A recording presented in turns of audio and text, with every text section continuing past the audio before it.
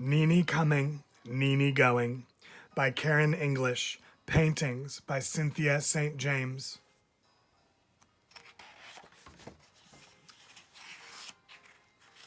Neeny Coming, Neeny Going by Karen English. Paintings by Synthia St. James.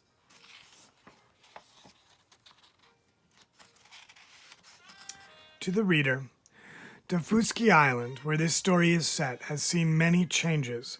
Located off the coast of South Carolina, it was once known for its sea island cotton and its oyster beds.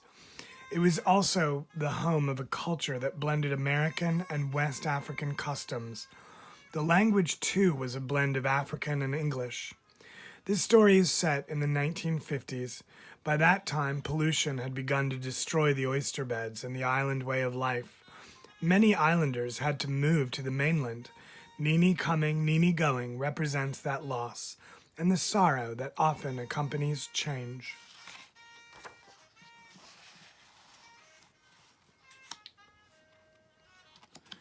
Neeny coming tomorrow. Is that so, Dada asked, teasing me. Our grandma know Neeny is coming. She smile at me and pull a sheet from her basket and give it a big shake. The wind lifted up and it flutter like the wing of a bird. Dada pin it to the line. Dada's sheets are the whitest on Fuski Island. Everyone say so.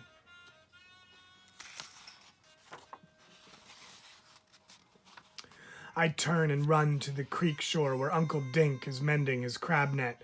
Neeny coming, Uncle Dink. He look up. Is that so? He shout back. It been long time, right? I run through the tall grass to meet Grandpa coming up the road in the ox cart. Grandpa, Neeny coming. She coming tomorrow. Yeah, sure, gal. We all know Neeny coming. Get in the wagon and I take you home.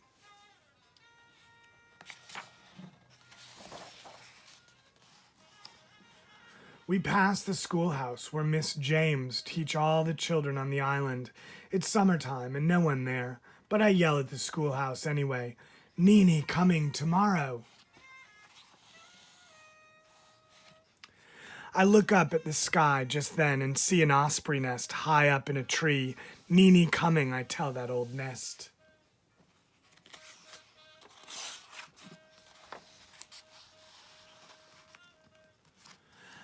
I see egrets fishing the shore of the river. Neeny coming tomorrow, I yell to them. They keep on fishing.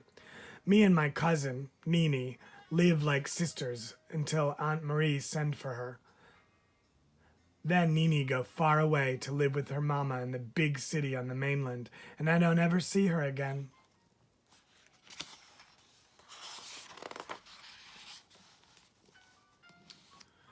In the morning, the low tide make the air smell strong and salty. Dada say I can go and meet Neeny's boat. I hear the groan of the boat before it put into sight. Then I see it round the bend with Neeny sitting behind Uncle Dink, holding a parasol the color of peach blossoms. Ah, is that Neeny? I squint my eyes. She seemed different, but no mind. Neeny here.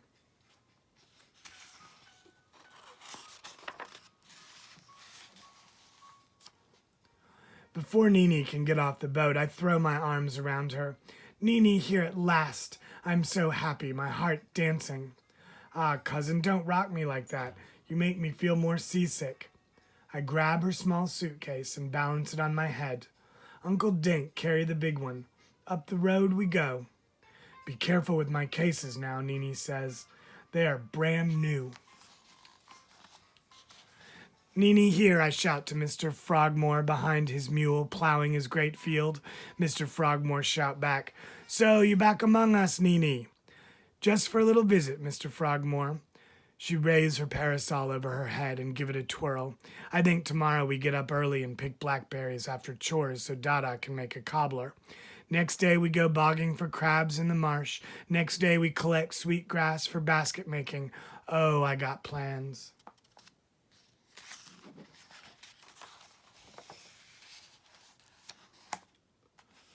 But next day when I get up early, Neeny don't. I feed the chickens, rake the front yard, and put a pretty swirly pattern in it for Neeny. Then I sit on the porch and wait, and wait, and wait. Better to pick blackberries before the sun get too hot, I think. But Nene don't come out on the porch until the sun is high. She stretch and yawn and flop down next to me. I don't say nothing. I'm a tiny bit mad at her. She know we get up early to pick berries. What wrong with her? Too hot to pick berries now, I say. Too much trouble anyway, Nene say, rubbing her eyes. And Dada already gone to market. She won't make cobbler now.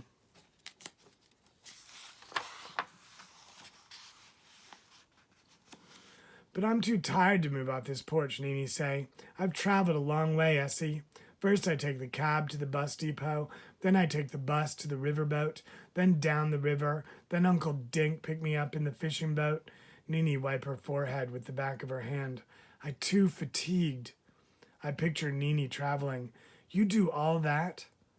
Close your mouth, silly girl. That's nothing. I've been on a train before, too. Dada won't even let me go across the water, I say. She too afraid the weather get bad and the boat turn over and I drown. That's because she don't know no better. I look at Nene. I look at her hard. How can she say that about Dada? Dada know everything.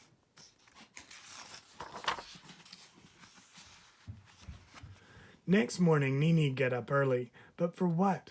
Nothing. That girl lean against our porch rail and watch me do all the work. She fan herself with a palmetto branch and sweep away flies. My mama works for a high-class family in Charleston, she tell me. They have a gardener to take care of their yard. I press my lips together and hold my tongue. Nene look off toward our pine grove. They have big trees in their yard. When the weather's nice, Mrs. Forrester, the lady of the house, take her afternoon coffee at a little outdoor table in the shade. Nene don't see me when I stick out my tongue at her.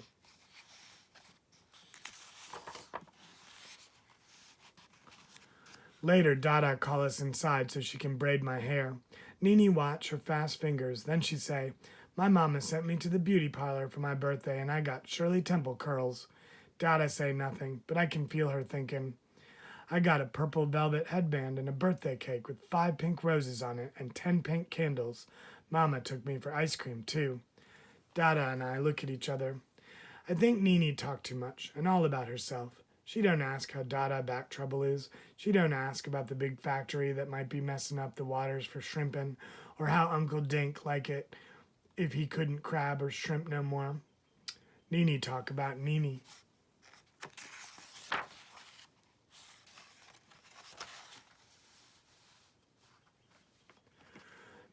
After lunch, Dada sent us down the road with a basket of yams for Miss Alljoy.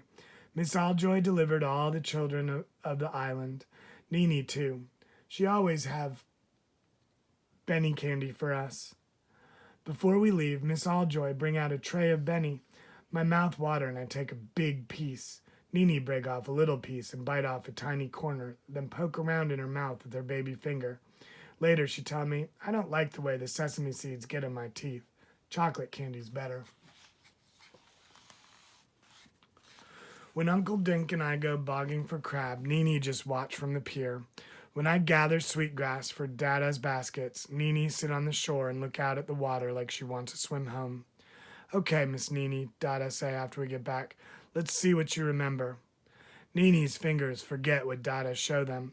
She don't wrap the palmetto tight around the sweetgrass bundle like she should. I like embroidery better. Embroidery is what a lady does.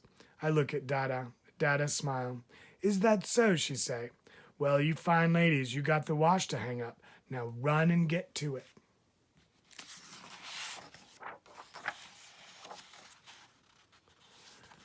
Look at this, Nene, I say, pulling my new bed quilt out of the basket.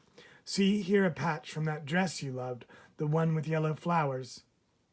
You love it so much you hated to grow out of it. Nene wrinkled her face like she tastes something bad.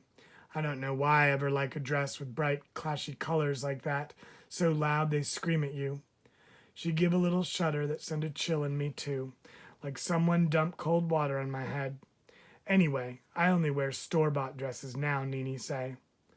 Oh, I say, then I think of something. Come here, Nene. I take her hand and lead her to my little garden behind the house. See, Dada let me have my own garden now. I pick a big ripe tomato and hand it to Neeny. She screams so loud, Dada run out of the house thinking a snake bit her. What wrong with you, gal? A worm, a big squishy green worm. She dropped my good tomato and run in the house. Not the same Neeny, I think. Neeny going tomorrow. Tonight we have a big party for her. All the people come in their best clothes of bright, clashy colors. Neeny wear a dress the color of a new sky. The men gather under a big old live oak and tell tales. The women lay out a long table with cucumbers and fried cabbage and pickled watermelon rind, shrimp, crab, and oysters. We hear the stories and laugh and laugh. Then we sing and dance. Neeny, too. Neeny have a good time, I think.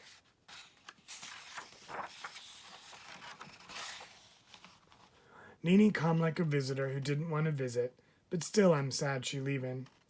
In the morning we stand at the riverbed and wait for Uncle Dink to come with the fishing boat.